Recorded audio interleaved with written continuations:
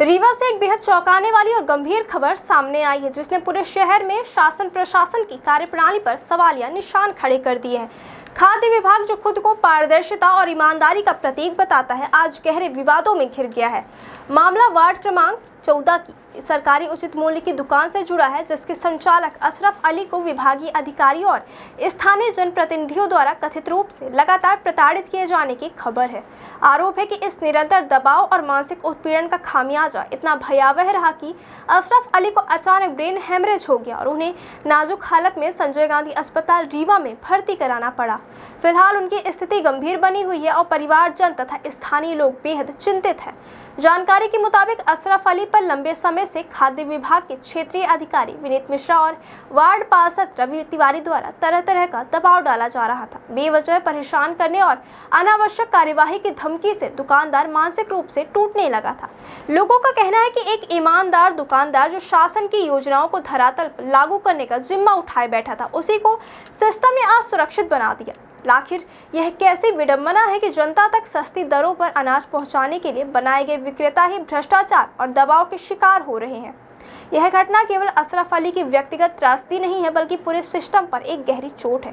सवाल यह उठता है कि जब सरकारी योजनाओं को लागू करने वाले विक्रेता ही अधिकारियों और पार्षदों की मनमानी का शिकार होंगे, तो योजना का वास्तविक लाभ जनता तक कैसे पहुंचेगा? यह सिर्फ एक दुकानदार की लड़ाई नहीं है, बल्कि आम जनता के हक और पारदर्शिता की पूरी व्यवस्था पर एक कड़ा सवाल है।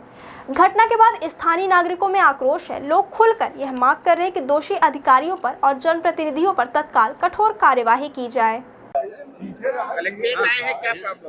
हम लोग रीवा नगर के उपभोक्ता भंडार संचालक हैं। हम लोगों को रीवा नगर में वितरण की जिम्मेदारी दी गई है खाद्यान्न उपभोक्ताओं के लिए, लेकिन जो हम लोग को आवंटन प्रेजेंट टाइम में विगत 4 महीनों से दिया जा रहा है, वो इतना कम दिया जा रहा है कि सभी उपभोक्ताओं को खाद्यान्न देने में संभव नहीं है। इस विषय में जब हम अपने अधिकारियों से बात करते हैं तो वो हम लोगों को कोई आश्वासन नहीं देते और न ही हमको खाद्यान्न का आवंटन दिलवा रहे हैं। इसके कारण स्थिति ये पैदा हो रही है कि शासन की जो महत्वाकांक्षी योजनाएं हैं, वन नेशन वन राशन, उसके आधार पर हम लोगों को पोर्टेबिलिटी में भी खाद्यान्न देना पड़ रहा है। लेकिन हम लोग को जो खाद्यान्न मिल रहा है वो वार्ड बाई वार्ड जो राशन कार्ड संलग्न है जिन वार्डों में, उसके आधार पर मिल रहा है। मतलब जितने कार्ड रजिस्टर्ड है उतने ही राशन कार्ड मिल रहा है।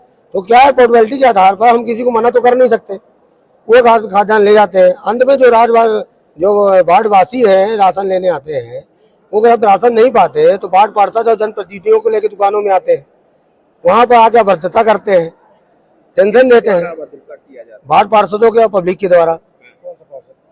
वार्ड सभी वार्डों के पार्षदों की यही स्थिति है। प्रेजेंट टाइम में जो स्थिति है वो 12 नंबर पार्षद रवि तिवारी की स्थिति पैदा हुई है। उन्होंने वार्ड नंबर 14 के उन्होंने क्या किया है कि दिनांक 9 तारीख को हमारा सेल्समैन गल्ला बांट के फुर्सत हो गया था, उनके पास गल्ला नहीं था। वो गल्ला लेने गए होंगे, उनके पास कुछ जन गए होंगे उपभोक्ता, वो उनको लेके आए। उन्होंने कहा गल्ला क्यों नहीं दे रहे हो? उन्होंने कहा क्योंकि हमारे पास गल्ला नहीं है, आप ऑनलाइन पोर्टल है, आप उसमें चेक कर सकते हो कि मेरे पास गल्ला नहीं, गल्ला आने पे मिलेगा। तो वो अभद्रता करते हुए वो कहे कि अपने अधिकारी का नंबर दीजिए। उन्होंने अपने अधिकारी का नंबर दे दिया।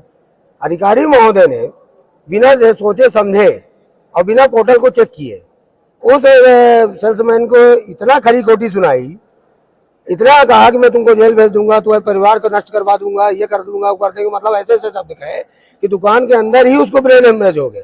कौन सा अधिकारी था ये? अभी कहाँ? वो वहाँ के क्षेत्रीय अधिकारी था, वो हम आपको दे रहे हैं, उसमें लिखा है उनका संजय गांधी है, मेडिसिन विभाग में गंभीर वार्ड में इलाज चल रहा है। अभी भर्ती है गंभीर स्थिति में। अभी आप कलेक्टर के पास आए? हाँ, कलेक्टर। अभी हम पहले गए थे कंट्रोलर साहब के पास, उन्होंने आवेदन दिया, लेकिन उनसे हमको कोई आश्वासन नहीं मिला। उन्होंने कहा क्षेत्रीय अधिकारी से बात कीजिए, हमसे कोई लेना देना नहीं है। जब नहीं सुना तो हम लोग कलेक्टर महोदय की इसकी बात को और जो घटना घटित हुई उसकी जानकारी देने आ जाए। हम संतोष अग्रवाल हैं, यूनियन अध्यक्ष रीवा नगर के कोटेदार। अभी क्या यूनियन का? ये रीवा नगर उपभोक्ता भंडार कर्मचारी संघ। अभी क्या स्थिति है उनकी? वो बहुत गंभीर है, क्योंकि उनके घर में कोई इलाज कराने वाला नहीं है। उनको सब लोगों ने, कोटेदारों ने मिलकर भर्ती कराया, अपनी ड्यूटी के अनुसार आते जाते रहते हैं। लेकिन उनकी स्थिति यह है कि डॉक्टरों ने उनसे कहा है कि बाहर ले जाइए, नहीं तो ये बचेंगे नहीं। मांग क्या है आप लोगों की? मांग ये है कि जो दोषी कर्मचारी उनको कार्रवाई की जाए और प्लस हमको भरपूर आवंटन दिया जाए, जिससे ये स्थिति निर्मित नहीं हो और उनको मदद दी जाए। जी, मुझे तो अभी ये आपके द्वारा पता चल रहा है कि कोटेदार कुछ एकत्रित होकर कलेक्ट्रेट आरोप लगाने गए थे और जिसमें शायद उन्होंने ये आरोप लगाया है कि पार्षद ने कुछ कोटेदार को कहा है, जिस कारण से उनका स्वास्थ्य गड़बड़ हुआ है। मूल बात ये है कि बबलू खान करके एक कोटेदार हैं जो हमारे वार्ड 14 में कई सालों से कोटा संचालित कर रहे हैं और उनकी पूर्व में भी शिकायतें आईं, कई शिकायतें हमारे संज्ञान में आईं और कल की यह घटना है। को वार्डवासी हमारे पास आए और वार्डवासियों ने हमसे कहा कि भैया हम लोग को 3 महीने का गल्ला मिलना चाहिए। वहीं पे हमारे दो कोटा हमारे वार्ड में संचालित होते, वहीं गुड्डू पटेल एक कोटेदार हैं, उनके यहाँ 3 महीने का गल्ला मिला और हम लोग को जो यहाँ बबलू खान के यहाँ जो कोटे लेने जाते हैं तो उसमें आधे लोगों को गल्ला मिला, आधे लोगों को 2 महीने का मिला और 1 महीने का गल्ला नहीं मिला। तो हमने कहा कि चलो ठीक है, जब बबलू खान कोटे में आएंगे तो आप हमको बताना, तो हम जाके वहाँ समझेंगे क्या मामला है।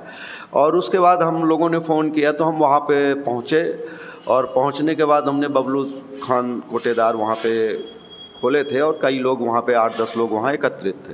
तो हमने पूछा क्या समस्या है बबलू भाई, आप कोटा में क्यों गल्ला नहीं दे पा रहे हैं, क्या समस्या? तो उन्होंने बोला भैया इस बार गल्ला कम आया है। हमने कहा पिछली बार का 1 महीने का उनके गल्ले की क्या स्थिति है भाई, 2 महीने का गल्ला क्यों मिला जब सब जगह 3 महीने का गल्ला मिल रहा है? तो उन्होंने कहा भैया हमारे पास जितना गल्ला था हमने दिया। तो हमने कहा आप आधे लोगों को गल्ला दे दिए, आधे लोगों को नहीं दिए, तो ये कंट्रोवर्सी की स्थिति है, तो आप लिखित शिकायत करो अपने अधिकारियों के पास, यदि गल्ला वो कम दे रहे हैं। फिर हमने कहा कि आप अपने अधिकारी का मुझे नंबर दो, विनीत मिश्रा कोई फूड इंस्पेक्टर हैं, कौन किस पद पे है मुझे नहीं पता। तो उन्होंने बोला कि आप गुड्डू पटेल जी से ले लीजिए जो दूसरे कोटेदार हैं, मेरे पास नंबर नहीं। तो मैंने उनको फ़ोन लगाया, उनसे नंबर लिया और नंबर लेके मैंने तुरंत वहीं पे विनीत मिश्रा जी को फ़ोन किया और उनसे ये वस्तुस्थिति बताई कि देखिए ऐसी ऐसी है, गल्ला नहीं मिल पा रहा लोगों को, आधे लोगों को उन्होंने दिया है, आधे लोगों को नहीं दिया। लोग, हम प्रतिनिधि हैं, लोग हमारे पास घेरते हैं, आए दिन ये शिकायतें आती हैं, तो इसका आपको निराकरण करना चाहिए और यदि गल्ला कम आ रहा है तो गल्ला देना चाहिए। तो विनीत मिश्रा जी ने बोला कि भैया आपके पहले भी किसी का फ़ोन हमारे पास आया था, पूर्व में वार्ड 14 से ही आया था, उन्होंने नाम तो नहीं बताया, उन्होंने कहा पूर्व में भी इनकी शिकायतें आई हैं और हम भैया दिखवाते हैं, पोर्टल भी चेक करते हैं क्या स्थिति है। तो हमने कहा कि ये शायद बता रहे हैं कि ये गल्ला बाहरियों को दे देते हैं, जो गल्ला आता है, तो चूँकि अब शासन ने आदेश कर दिया है कि कोई कहीं से गल्ला ले सकता है, तो हमने उनसे यही कहा कि आप एक ऐसा निर्देश जारी कर दो कि पहले जो मूल हितग्राही रजिस्टर्ड है आपके कोटे में उसको गल्ला मिल जाए, उसके बाद जो एक्सेस गल्ला हो वो आप बांटो। पर यदि मूल हितग्राही को ही गल्ला नहीं मिलेगा, बाहरियों को आप दे दोगे तो वो तो शिकायत करेंगे और प्रतिनिधि के नाते हमको भी आपसे शिकायत करनी पड़ेगी। तो यदि संभव हो कोटा चला पाना तो कोटा चलवाइए, अदरवाइज़ एक जगह मर्ज कर दीजिए और हितग्राहियों को गल्ला, मूल हितग्राही जो यहाँ रजिस्टर्ड हैं उनको तो गल्ला मिलना चाहिए। यही सब बात हुई। उन्होंने बोला ठीक है भैया, इनकी पूर्व में भी शिकायतें थी और हम दिखवाते हैं। इतनी बात हुई, उसके बाद मैं वहाँ से चला आया। फिर उसके बाद क्या हुआ, कैसा हुआ, मुझे कोई जानकारी नहीं हुई, किसी ने बताया नहीं। आज सुबह जो उनके सहयोगी हैं, हमारे वार्ड के ही हैं, आशीष साकेत, तो उन्होंने फ़ोन किया कि भैया ऐसा ऐसा मामला हो गया है और बबलू भाई की तबीयत ख़राब हो गई। तो हमने बोला क्या हो गया? तो बोले वही भैया कुछ जो भी अधिकारियों की बात हुई, उनको सुबह से स्वास्थ्य उनका गड़बड़ था, हमसे बता रहे थे और कई दिनों से उनका स्वास्थ्य थोड़ा गड़बड़ चल रहा था। तो बोले टेंशन था, टेंशन पाले थे, 3-4 महीने का शायद किराया भी 2-3 महीने का नहीं दिया है उन्होंने, और भी कई समस्याएँ, टेंशन भी पाले थे वो। और सुबह जब आज आए कोटा खोलने तो बोले यार राजा भाई आज हमारी तबीयत थोड़ा ठीक नहीं लग रही है। उसके बाद फिर उनकी स्वास्थ्य गड़बड़ हो गया तो संजय गांधी एडमिट हैं। तो हमने कहा यार ये तो बड़ा गड़बड़ हुआ, बेचारा कुछ भी अपने वार्ड का कर्मचारी है, तो चलो आज शाम को आपके साथ चलेंगे, तो देखने चलेंगे। ये सब बातें हुई। फिर अभी हमको कुछ देर पहले अब आप लोग के माध्यम से ये पता चला कि कलेक्ट्रेट में कोटेदार लोग गए थे, वहाँ शिकायत उन्होंने की है हमारी और उनकी। एक प्रतिनिधि होने के नाते देखिए मेरी नैतिक जिम्मेदारी है कि यदि वार्ड वासियों को गल्ला नहीं मिल रहा है, कोई समस्या आ रही है, इवन कोटे से संबंधित नहीं, किसी भी तरह की समस्या आती है, तो हमको उनके लिए खड़े तो होना पड़ेगा। यदि वार्ड वासी गल्ला नहीं पा रहे हैं तो हम किससे कहने जाएंगे? पहली इकाई तो कोटेदारी है, तो कोटेदार से कहेंगे, कोटेदार के बाद अधिकारियों से बात करेंगे। तो यही प्रक्रिया में हमने बात की। अब उनके साथ बबलू भाई के साथ हमारी सिंपैथी है, भगवान करे वो जल्दी स्वस्थ हों और जो कुछ हमसे मदद हो सकेगी तो हम मदद भी करेंगे उनकी। पर लोगों का ये आरोप लगाना कि हमारे कहने से ऐसा हो गया, तो ये मुझे लगता है कि एक प्रतिनिधि यदि अपनी बात, जनता की बात लोगों को नहीं कहेगा तो निराकरण कैसे होगा। प्रतिनिधि का तो जिम्मेदारी ये है, बस यही मामला है और कुछ नहीं। लगभग सभी कोटेदार रीवा शहरी क्षेत्र के आए हैं। उनका ये कहना है कि आवंटन नहीं हो रहा, पार्षद और अधिकारी दबाव बनाते हैं, गाली गलौज करते हैं, गल्ला बांटने के लिए। क्या यहाँ पर ऐसा मामला क्यों होता है? आज कोटेदारों द्वारा उनके जो सिटी संघ है उन्होंने एक ज्ञापन दिया है, कुछ उनकी मांगे हैं।